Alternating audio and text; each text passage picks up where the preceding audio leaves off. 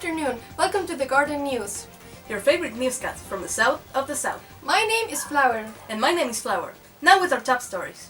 If you've been online recently, you probably know who she is already. Her name is Tutti Frutti and she is the new most famous person in the world, with her latest video reaching approximately 10 billion views. Tell me, be careful what to do, and go around the young girl's heads.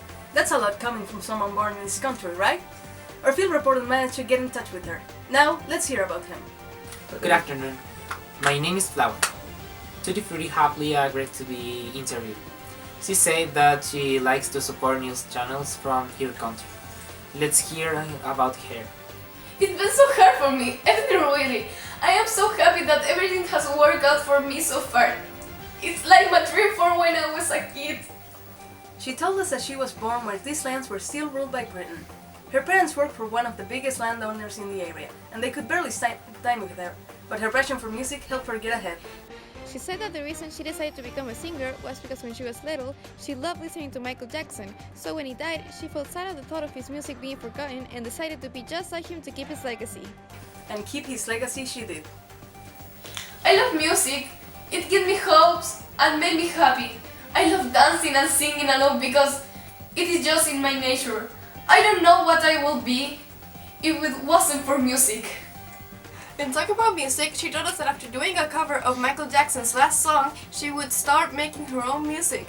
I hope it's the right decision. Still, she said that her next album will be coming out this summer, so stay tuned.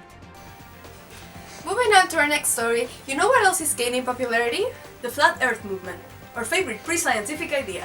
And it just so happens to be that our field reporter met someone who belongs to this movement on his way out. Would you mind showing us the situation? The government is lying to us! Down with the New World Order! Okay, so he told me that he was the leader of the Flat Earth Society of South Britlands and its only member.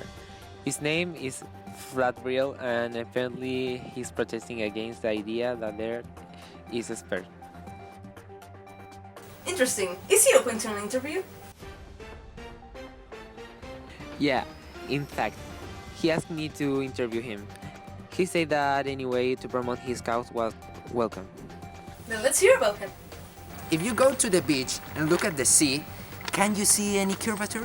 No, that's because it doesn't exist, just like Finland. Oh my! He said that the law of universal gravitation was false and explained us that if Earth were to be a globe, sea leveling would be impossible. And he also told us that Finland didn't exist. We all know that Australia is the one that doesn't exist. Humanity never went to the moon. That's a lie from the corrupt government. He told us that Joe Biden was a reptilian and uses his power and influence to hide the truth about the borders of the world.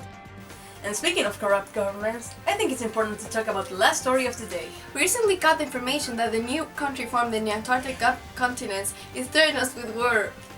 Winter King, the leader of the Great Atlantic Empire, as they prefer to be called, made a statement this morning complaining about how our country is directly affected in its economy because of our water purifier, and said that he is going to declare war on our country. Let's hear what he has to say. Greetings, my fellow patriots. I speak to you to announce the state of our beloved nation due to the capitalist empire of South Britlands. He said that since his country was economically dependent on the export of water, the fact that our country invented a seawater purifier created a monopoly that was destroying his country's economy. However, his approach seems to be more focused around the idea of getting revenge. I'm going to nick them with the purpose of radioactively contaminating their water supplies, and once I do that, their monopoly will fall, and we'll start a new era together.